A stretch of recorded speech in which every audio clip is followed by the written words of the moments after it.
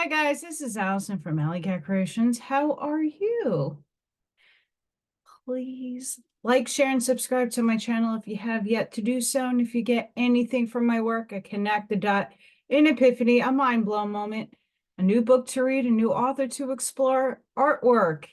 AllyKatzkreations211.com. It's a portfolio. All the links of how you can support me are below this video. And thank you for all the new subscribers and everybody who supports me. I appreciate it. The Urantia book, paper 66. The Planetary Prince of Urantia. It's a bit chilly today. I have my coffee. I hope you have yours. Or water. That's coming up next. Here we go.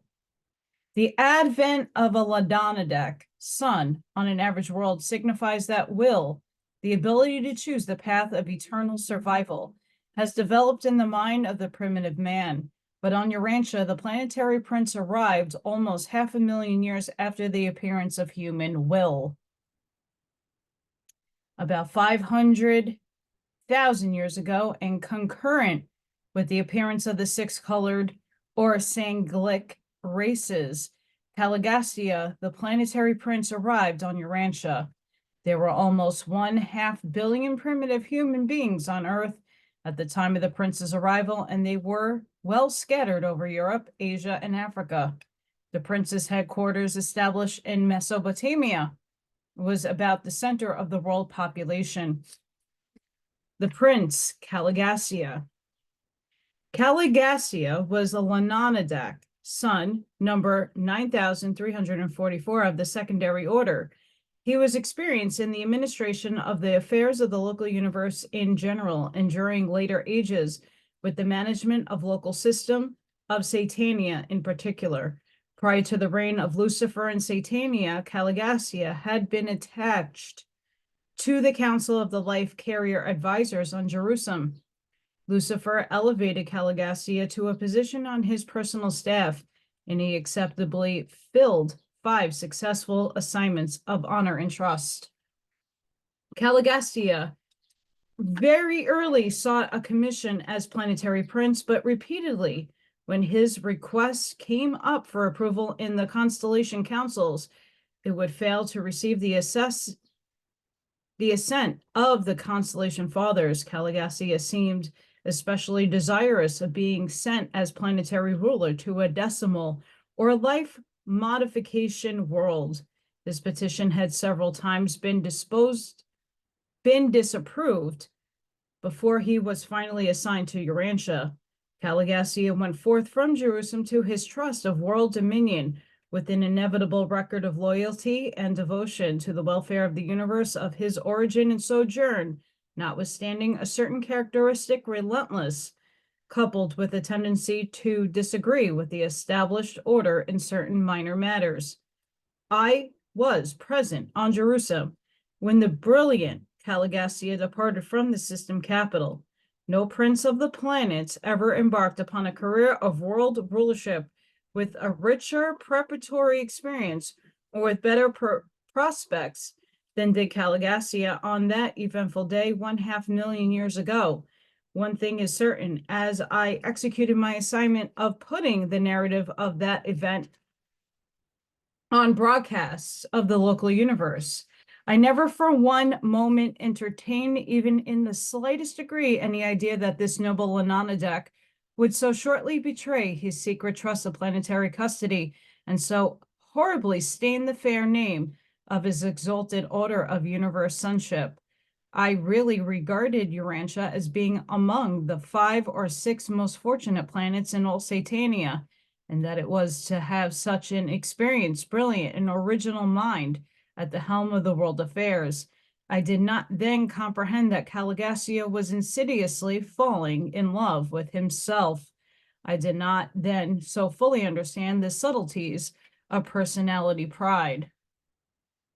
The prince's staff. The planetary prince of Urantia was not sent out on his mission alone, but was accompanied by usual corps of assistants and administrators' help. At the head of the group was Allykatzkreations, the associate assistant of the planetary prince. Allykatzkreations was also a secondary Lananadek son, being number 319,407 at that order. He ranked as an assistant at the time of the assignment as Allykatzkreations' associate. The planetary staff included a large number of angelic co-operators and a host of other celestial beings assigned to advance the interests and promote the welfare of the human races. But from your standpoint, the most interesting group of all were the corporeal members of the prince's staff, sometimes referred to as the Allykatzkreations 100. These 100 rematerialized members of the prince's staff were chosen by Allykatzkreations from over 785,000 ascendant citizens of Jerusalem who volunteered for embarkation on the Urantia adventure. Each one of the chosen 100 was from a different planet, and none of them were from Urantia. These Jerusalemite volunteers were brought for Sepharic transport direct from the system capital to Urantia, and upon arrival, they were held in Sephramine until they could be provided with personality forms and dual nature of special planetary service. Literal bodies consisting of flesh and blood, but also attuned to the life circuits of the system. Sometimes before the arrival of these 100 Jerusalem citizens, the two supervising life carriers resident on Urantia, having previously perfected their plans, petitioned Jerusalem and Identia for permission to transplant the life plasm of 100 selected survivors of the Adon and Fanta stock into the material bodies to be projected for the corporeal members of the prince's staff. The request was granted on Jerusalem and approved on Identia. Accordingly, 50 males and 50 females of the Adon and Fanta prosperity, representing the survival of the best strains of that unique race, were chosen by the life carriers. With one or two exceptions, these anonic contributors to the advancement of the race were strangers to the one another. They were assembled from widely separated places by coordinated thought adjuster direction and seraphic guidance at the threshold of the planetary headquarters of the prince. Here, the 100 human subjects were given into the hands of the highly skilled volunteer commission from Avalon, who directed the material extraction of a portion of the life plasma of these Adon descendants. These living material was then transferred to the material bodies constructed for the use of the 100 Jerusalemite members of the prince's staff. Meantime, these newly arrived citizens of the system capital were held in the sleep of Sepharic transport. These transactions, together with the literal creation of special bodies for the Allykatzkreations 100, gave origin to numerous legends, many of which subsequently became confused with the later traditions concerning the planetary installation of Adam and Eve. The system transaction of repersonalization from the time of the arrival of the Seraphic transports bearing the 100 Jerusalem volunteers until they became conscious, threefold beings of the realm, consumed exactly 10 days. Dalamatria, the city of the prince. The headquarters of the planetary prince was situated in the Persian Gulf region of those days in the district corresponding to the later Mesopotamia. The climate and landscape in the Mesopotamia of those times were in very way favorable to the undertakings of the prince's staff and their assistants, very different from the conditions which have sometimes since prevailed. It was necessary to have such a favoring climate as a part of a natural environment designed to induce primitive Urantians to make certain initial advances in cultural and civilization. The one great task of those ages were to transform man from a hunter to a herder, with the hope that later on he would evolve into a peace-loving, home-abiding farmer.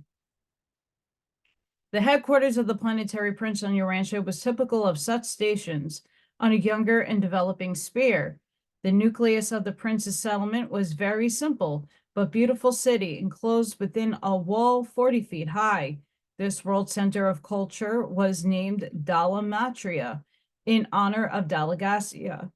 The city was laid out in 10 subdivisions with the headquarters mansions of the 10 councils of the corporal staff situated at the centers of these subdivisions. Centermost in the city was the Temple of the Unseen Father. The administrative headquarters of the prince and his associates were arranged in 12 chambers immediately grouped about the temple itself.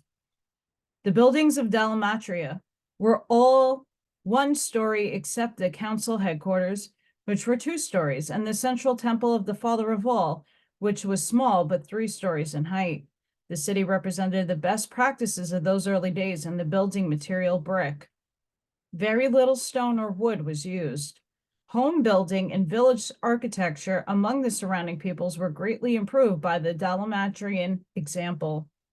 Near the prince's headquarters there dwelt all colors and strata of human beings, and it was from these nearby tribes that the first students of the prince's schools were recruited.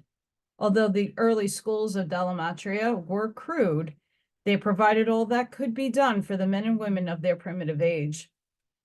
The prince's corporal staff continuously gathered about them, the superior individuals of surrounding tribes, and after training and inspiring these students, sent them back as teachers and leaders of their representative peoples. Early days of the 100. The arrival of the prince's staff created a profound impression. While it required almost 1,000 years for the news to spread abroad, these tribes near the Mesopotamian headquarters were tremendously influenced by the teachings. Sorry, guys, these pages are thin and they get stuck. And conduct of the 100 new sojourns on Urantia, and much of your subsequent mythology grew out of the garbled legends of these early days, when these members of the prince's staff were repersonalized on Urantia as Superman. The serious obstacle to the good influence of such extra planetary teachers in the tendency of mortals to regard them as gods. But aside from the technique of their appearance on Earth, the Caligulacia 150 men and 50 women did not resort to supernatural methods nor superhuman manipulations. But the corporal staff were nonetheless superhuman. They began their mission on Urantia as extraordinary threefold beings. They were corporal and relatively human, for they embodied the actual life plasm of one of the human races, the Adenic life plasma of Urantia. These 100 members of the prince's staff were divided equally as to sex, and in accordance with their previous mortal status. Each person of this group was capable of becoming co-parental, to some new order of physical being, but they had been carefully instructed to resort to parenthood only under certain conditions. It is customary for the corporal staff of a planetary prince to procreate their successors sometime prior to retiring from special planetary service. Usually, this is at or shortly after the time of the arrival of the planetary Adam and Eve. These special beings, therefore, had little or no as to what type of material creature would be produced by their sexual union, and they never did know before the time for such a step in the persecution of their world worked. The entire regime was upset by rebellion, and those who later functioned in the paternal role had been isolated from the life currents of the system. In skin color and language, these materialized members of Caligulacia's staff followed from the Adenic race. They partook of food, as did the mortals of the realm, with this difference. They recreated bodies of this group were fully satisfied by non-flesh diet. This was one of the considerations which determined their residence in a warm region abounding in fruits and nuts. The practice of subsisting on a non-flesh diet dates from the times of Caligulacia 100, for this custom spread near and far to the effect the eating habits of many surrounding tribes, groups of origin in the one excessively meat-eating evolutionary races. The 100 were material but superhuman beings, having been reconstituted on Urantia as unique men and women of a high and special order. This group, while enjoying provisional citizenship on Jerusalem, were as yet unfused with their thought adjusters, and when they volunteered and were accepted for the planetary service in liaison with the descending orders of sonship, their adjusters were detached.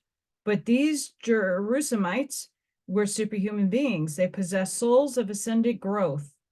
During the mortal life in the flesh, the soul is of the embryonic state. It is born, resurrected in the Morantia life and experiences growth through the successive Morantia worlds, and the souls of the Caligastria 100 and thus expanded through the progressive experiences of the 7 mansion worlds to citizenship status on Jerusalem.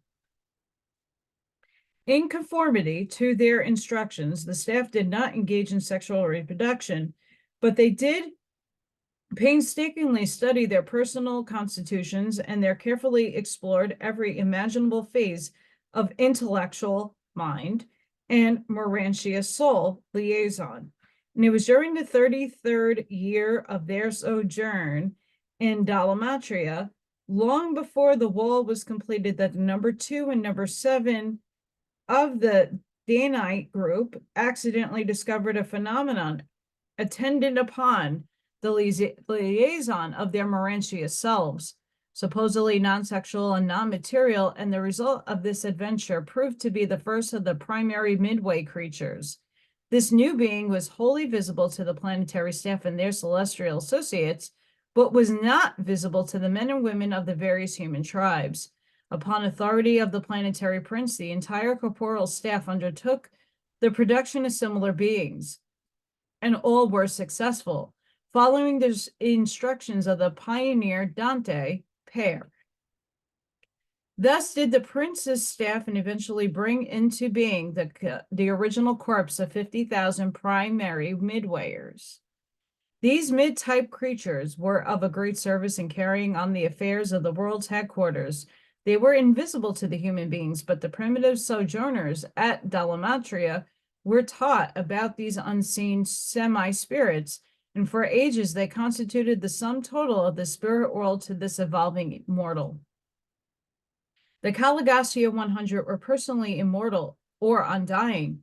They circulated through their material forms the anecdotal complements of the life currents of the system, and had they not lost contact with the life circuits through rebellion, they would have lived on indefinitely until the arrival of a subsequent Son of God, or until their sometime later release to resume the interrupted journey to Harvona in paradise. These anecdotal complements of the Satania life currents were derived from the fruit of the tree of life, a shrub of Adentia, which was sent to Urantia by the Most Highs of the Nernaladak at the time of Caligastia's arrival. In the days of Dalamatria, this tree grew to the central courtyard of the temple of the unseen Father, and it was the fruit of the tree of life that enabled the material and otherwise mortal beings of the prince's staff to live on indefinitely, as long as they had success to it. While of no value to the evolutionary races, the super substance was quite sufficient to confer continuous life upon the Caligastria 100 and also upon the 100 modified Adanites who are associated with them. It shall be explained in this connection that at the time the 100 Adanites contributed their human germ plasm to the members of the prince's staff. The life carriers introduced into their mortal bodies the complement of the system circuits, and thus were then enabled to live on concurrently with the staff, century after century, in defiance of the physical death. Eventually, the 100 Adanites were made aware of their contribution to the new forms of their superiors, and these same 100 children of the Adon tribes were kept at the headquarters of the personal attendants of the prince's corporal staff. Organization of the 100. The 100 were organized for service in 10 autonomous councils of the 10 members each. When 2 or more of these 10 councils met in joint session, with such liaison gatherings were presided over by Delegatia. These 10 groups were constituted as follows. The Council on Food and Material Welfare, this group was presided over by Ang, food, water, clothes, and the material advancement of the human species were fostered by this able corps. They taught well digging, spring control, and irrigation. They taught those from the higher altitudes from the north improved methods of treating skins for use as clothing, and weaving was later introduced by the teachers of the art and science. Great advances were made in methods of food storage. Food was preserved by cooking, drying, and smoking. It thus became the earliest property. Man was taught to provide for the hazards of famine, which periodically decimated the world. The broad of animal domestication and utilization, this council was dedicated to the task of selecting and breeding those animals best apart to help human beings, and bearing burdens and transporting themselves to supply food, and later on to be of service in the cultivation of the soil. This able corps was directed by Bond. Several types of useful animals now extinct were tamed together with some that have continued as domesticated animals to this present day. Man had long lived with the dog, and the blue man had already been successful in taming the elephant. The cow was so improved by careful breeding as to become a valuable source of food. Butter and cheese became common articles of human diet. Men were taught to use oxen for burden bearing, but the horse was not domesticated until a later date. The members of this corps first taught men to use the wheel for facilitation of traction. It was in these days that carrier pigeons were first used, being taken on long journeys for the purpose of sending messages or calls for help. Bond's group were successful in training the great fandors as passenger birds, but they became extinct more than 30,000 years ago. The advisors regarding the conquest of predatory animals, it was not enough that early man should try to domesticate certain animals, but he must also learn how to protect himself from destruction by the remainder of the hostile animal world. The group was captained by Dan. The purpose of the ancient city wall was to protect against ferocious beasts, as well as prevent surprise attacks by hostile humans. Those living without the walls and in the forest were dependent on the tree-dwelling stone huts and the maintenance of night fires. It was therefore very natural that these teachers should devote much time to instructing their pupils in the improvement of human dwellings. By employing improved techniques and by the use of traps, great progress was made in the animal subjugation. The faculty or dissemination of conservation of knowledge, this group organized by direct the purely educational endeavors of those early ages. It was presided over by FAD.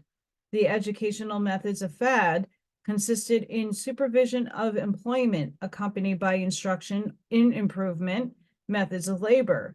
FAD formulated the first alphabet and introduced a writing system.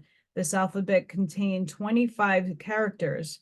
For writing material, these early peoples utilized tree barks, clay tablets, stone slabs, a form of parchment made of hammered hides, and a crude form of paper-like material made from wasps' nests. The Dalmatria library, destroyed soon after the Caligassia disaffection, comprised more than 2 million separate records and was known as the House of Fad. The blue man was partial to the alphabet writing and made the greatest progress along such lines. The red man preferred pictorial writing, while the yellow races drifted into the use of symbols for words and ideas. Unlike those they now employ, but the alphabet and much more was subsequently lost to the world during the confusion attendant upon rebellion.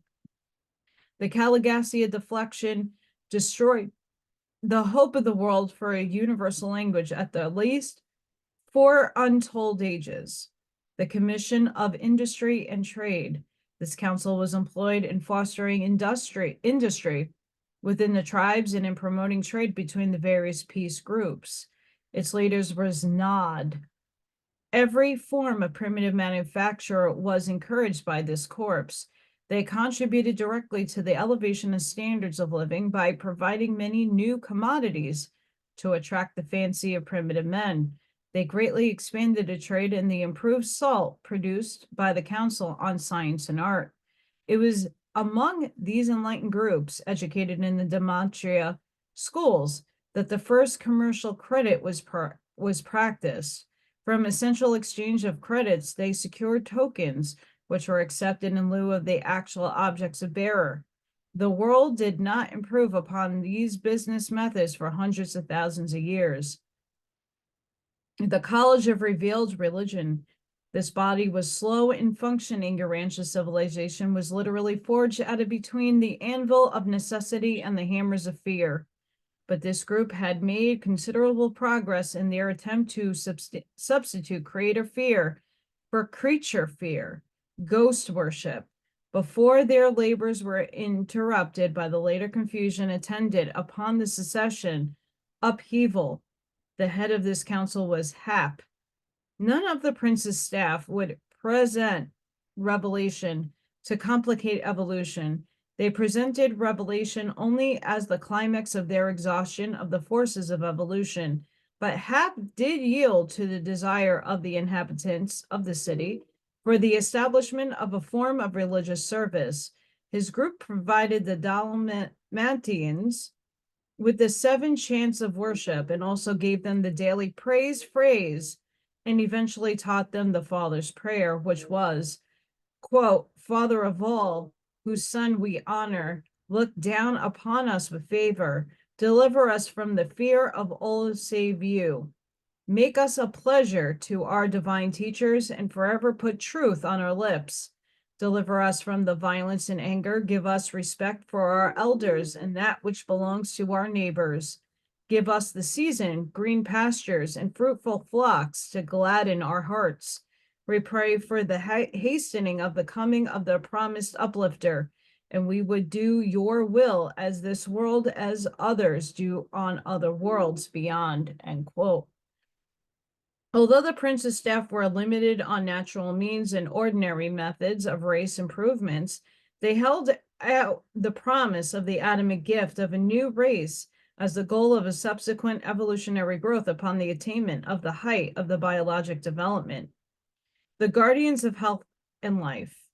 The council was concerned with the introduction of sanitation and promotion of primitive hygiene and was led to maybe. Its members taught much that was lost during the confusion of subsequent ages, never to be rediscovered until the 20th century. They taught mankind that cooking, boiling, and roasting was a means of avoiding sickness, also that such cooking greatly reduced infant mortality and facilitated early weaning. Many of the early teachings of Lut's guardians of health persisted among the tribes of earth on down to the days of Moses, even though they became much garbled and were greatly changed.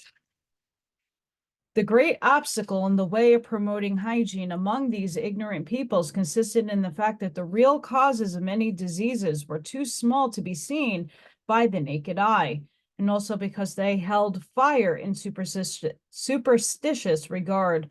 It required thousands of years to persuade them to refuse. In the meantime, they were urged to bury their decaying rubbish. The great sanitary advance of this epoch came from the dissemination of knowledge regarding the health-giving and disease-destroying properties of sunlight. Before the prince's arrival, bathing had been an exclusively religious ceremonial. It was indeed difficult to persuade primitive man to wash their bodies as a health practice. Lut finally induced the religious teachers to include cleansing with water as a part of the purification ceremonies to be practiced in connection with the noontime devotions once a week in the worship of the Father of all. These guardians of health also sought to introduce handshaking in substitution for saliva exchange or blood drinking as a seal of personal friendship and as a token of great group loyalty. But when out from under the compelling pressure of teaching of their superior leaders, these primitive peoples were not slow in reverting to their former health-destroying and disease-breeding practices of ignorance and superstition. The Planetary Council on Art and Science, this corps did much to improve the industrial technique of early man and elevate his concepts of beauty. Their leader was Mech. Art and science were at a low ebb throughout the world, but the rudiments of physics and chemistry were taught the Dalamantrians. Pottery was advanced, decorative arts were all improved, and the ideals of human beauty were greatly enhanced, but music made little progress until after the arrival of violet race. These primitive men would not consent to experiment with steam power, notwithstanding the repeated urgings of their teachers. Never could they overcome their great fear of the explosive power of the confined steam. They were, however, finally persuaded to work with the metals and fire, although a piece of red-hot metal was a terrorizing object to early man. Mech did a great deal to advance the culture of the Andinites and to improve the art of the blue man. A blend of blue man with the Aden stock produced an artistically gifted type, and many of them became master sculptors. They did not work in stone or marble, but their works of clay, hardened by baking, adorned the gardens of Dalamatria. Great progress was made in the home arts, most of which were lost in the long and dark ages of rebellion, never to be rediscovered until modern times.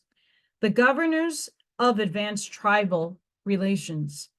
These were the group entrusted with the work of bringing human society up to the level of statehood. Their chief was Tut. These leaders contributed much to bringing about interborough marriages. They fostered courtship and marriage after due deliberation and full opportunity to become acquainted. The pure military war dances were refined and made to serve valuable social ends. Many competitive games were introduced, but these ancient folk were a serious people. Little humor graced these early tribes. Few war practices survived the subsequent disintegration of planetary insurrection. Tut and his associates labored to promote groups, associations of the peaceful nature, to regulate and harmonize warfare, to coordinate intertribal relations, and to improve the tribal governments. In the vicinity of the Dalamatria, there were developed a more advanced culture, and these improved social relations were very helpful in influencing more remote tribes. But the pattern of civilization prevailing at the prince's headquarters were quite different from the barbaric society involving elsewhere, just as the 20th century society of Cape Town, South Africa, is totally unlike the crude culture of the diminutive Bushmen to the north. The Supreme Court of Tribal Coordination and Racial Cooperation. The Supreme Council was directed by Van and was the Court of Appeals for all of the other 9 special commissions charged with the supervision of human affairs. This council was one of the wide function, but entrusted with all matters of earthly concern, which were not specifically assigned to the other groups.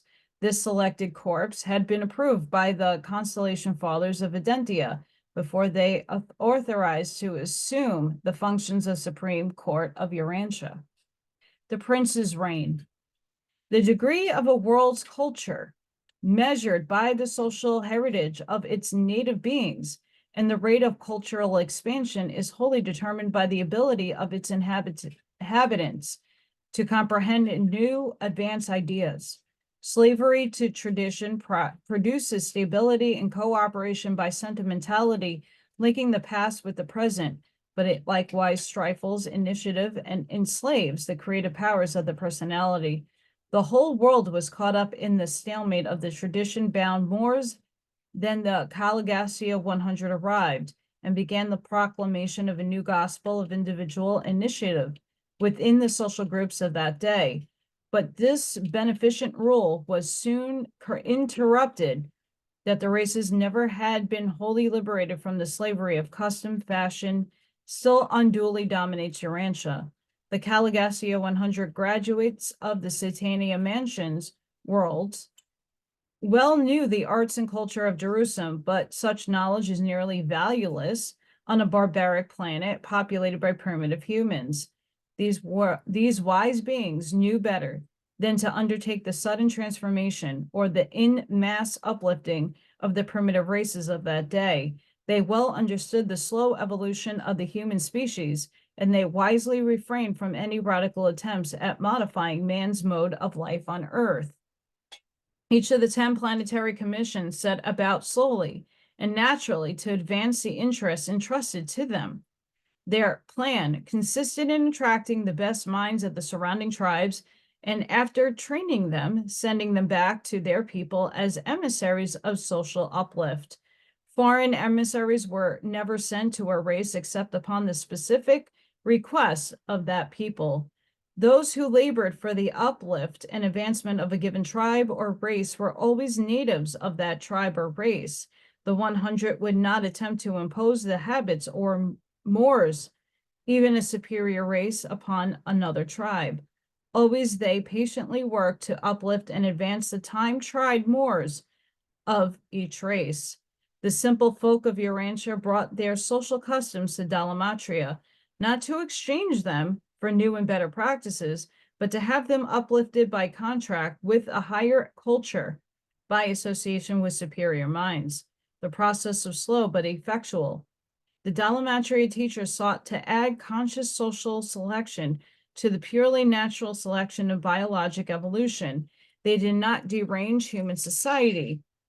They did markedly accelerate its normal and natural evolution.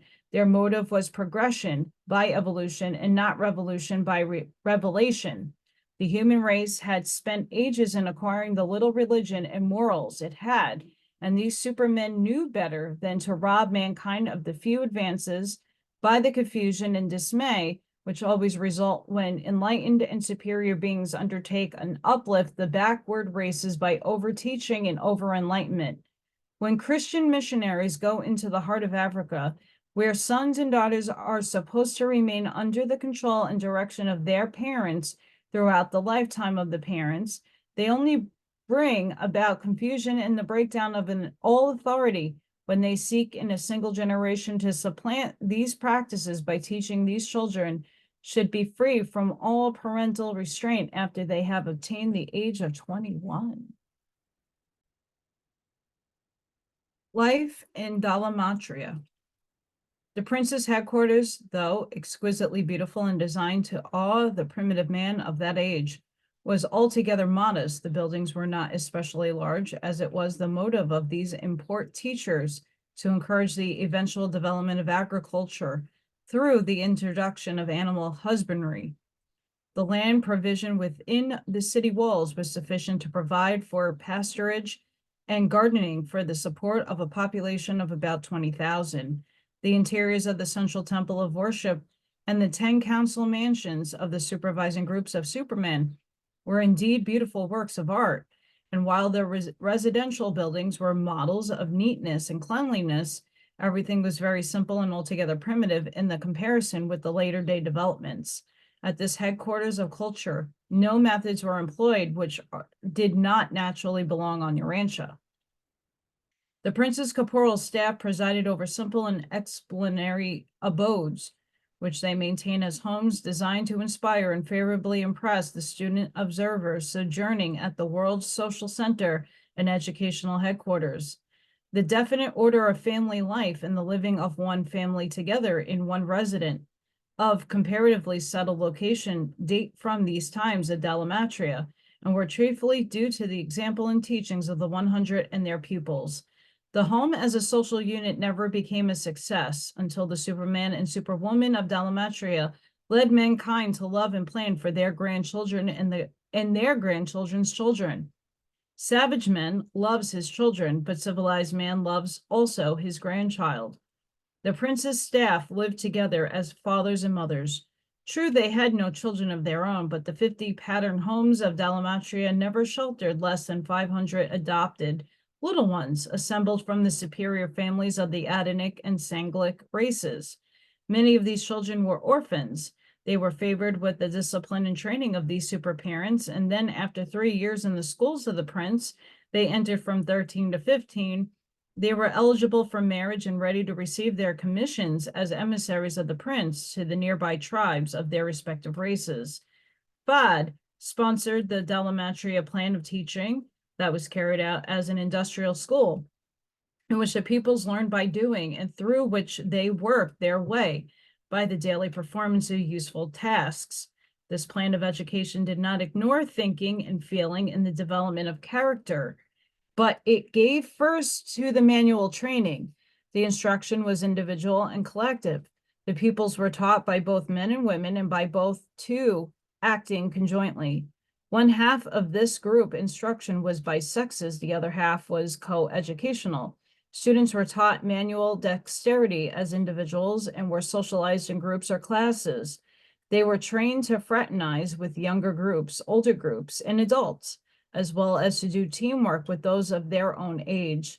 They were also familiarized with such associations as family groups, play squads, and school classes.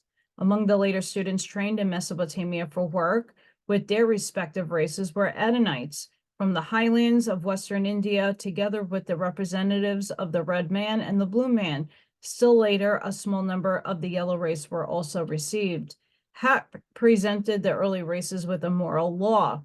This code was known as the Father's Way and consisted of the following 7 commands.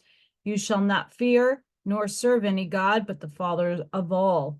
You shall not disobey the Father, Son, the world's ruler, nor show disrespect to his superhuman associates. You shall not speak a lie when called before the judges of the people. You should not kill men, women, or children. You shall not steal your neighbor's goods or cattle. You shall not touch your friend's wife. You shall not show disrespect to your parents or to the elders of the tribe. This was the law of Dalamatria for almost 300 years, and many of the stones on which this law was inscribed now lie beneath the waters of the shores of Mesopotamia and Persia. It became the custom to hold one of these commands in mind for each day of the week, using it for salutations and mealtide Thanksgiving. The time measurement of these days was the lunar month. This period began reckoned as 28 days. That, with the exception of the day and night, was the only time reckoning known to the early peoples. The 7-day week was introduced by the Dalamatria teachers and grew out of the fact that their 7 was 4th of 28. The significance of the number 7 in the super universe undoubtedly afforded them opportunity to introduce a spiritual reminder into the common reckoning of time, but there is no natural origin for the weekly period.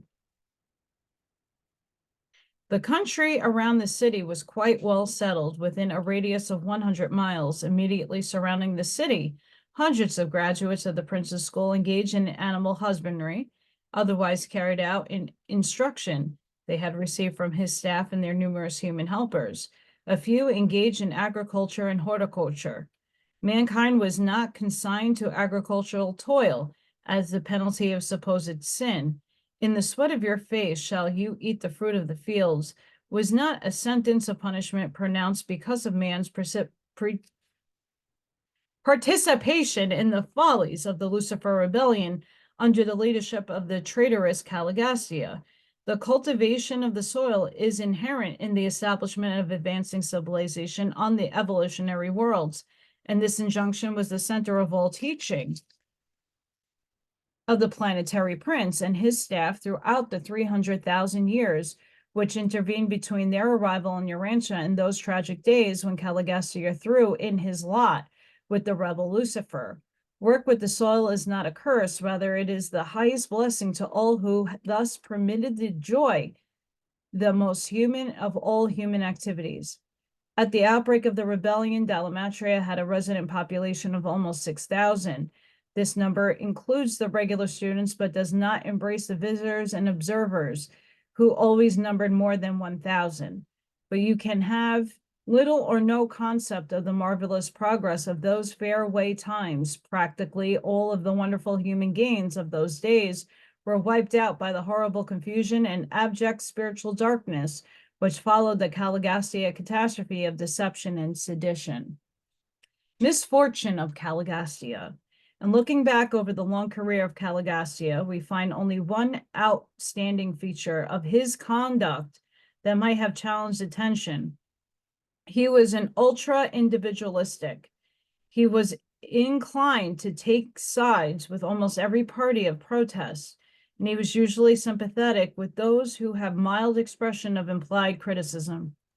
We detect the early appearance of this tendency to be restless under authority, to mildly resent all forms of supervision. While slightly resentful of senior counsel and somewhat restrictive under superior authority, nonetheless, whenever a test had come, he had always proved loyal to the universe rulers and obedient to the mandates of the Constellation Fathers. No real fault was ever found in him to the time of his shameful betrayal of Urantia. It should be noted that both Lucifer and Caligastia had been patiently instructed and lovingly warned respecting their critical tendencies and the subtle development of their pride of self and its associated exaggeration of the feeling of self-importance. But all of these attempts to help had been misconstrued as unwarranted criticism and unjustified interference with personal liberties. Both Caligastia and Lucifer judged their friendly advisors as being actuated by the very reprehensible motives which were beginning to dominate their own distorted thinking and misguided planning. They judged their unselfish advisors by their own evolving selfishness. From the arrival of Prince Caligastia, planetary civilization progressed in a fairly normal manner for almost 300,000 years. Aside from being a life modification sphere and therefore subject to numerous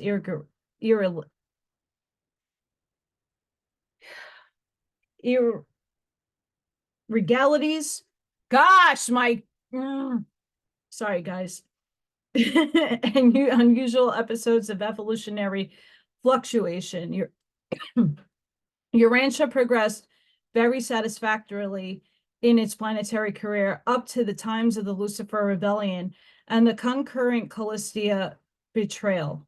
All subsequent history has been definitely modified by this cataclysmic blunder, as well as by the latter failure of Adam and Eve to fulfill their planetary mission. The Prince of Urantia went into darkness at the time of the Lucifer Rebellion, thus precipitating the long confusion of the planet. He was subsequently deprived of sovereign authority by the coordinate action of the constellation rulers and other universe authorities. He shared the inevitable vicissitudes of isolated Urantia down to the time of Adam's sojourn on the planet and contributed something to the miscarriage of the plan to uplift the mortal race through the infusion of the lifeblood of the new violet race, the descendants of Adam and Eve. The power of the fallen prince to disturb human affairs was enormously curtailed by the mortal incarnation of Melchizedek in the days of Abraham and subsequently during the life of Michael in the flesh. This traitorous prince was finally shown of all authority on Urantia. The doctrine of a personal devil on Urantia, though it had some foundation in the planetary presence of the traitorous and inquisitorous Caligastia, was nevertheless wholly fictitious in its teachings that such a devil could influence a normal human mind against its free and natural choosing. Even before Michael's bestowal on Urantia, neither Caligastia nor Dalagastia were ever able to oppress mortals or to coerce any normal individual into doing anything against the human will. The free will of man is supreme in moral affairs. Even indwelling thought adjusters refuse to compel men to think a single thought or to perform a single act against the choosing of a man's own will. And now this rebel of the realm, shown of all power to harm his former subjects, awaits the final adjudication by the Yaversa Ancients of Days of all who participated in the Lucifer Rebellion. Presented by a Melchizedek of Nebadon. So this ends this section. Next time, paper 67, Planetary Rebellion. Fun times. Although I don't subscribe to a lot of what they're saying because of the illusory act of the realms and densities that we all dwell in. Pretty good read. And some of it makes a lot of sense. So guys, I hope all of you have a fantastic rest of your week. sending love, light, protection, shielding, compassion, and grace to all of you. Please be safe, be seen. Please don't forget to like, share, and subscribe to my channel. Please check out my website and help support me, keep me going. And until the next one, guys, have a good one. Bye for now.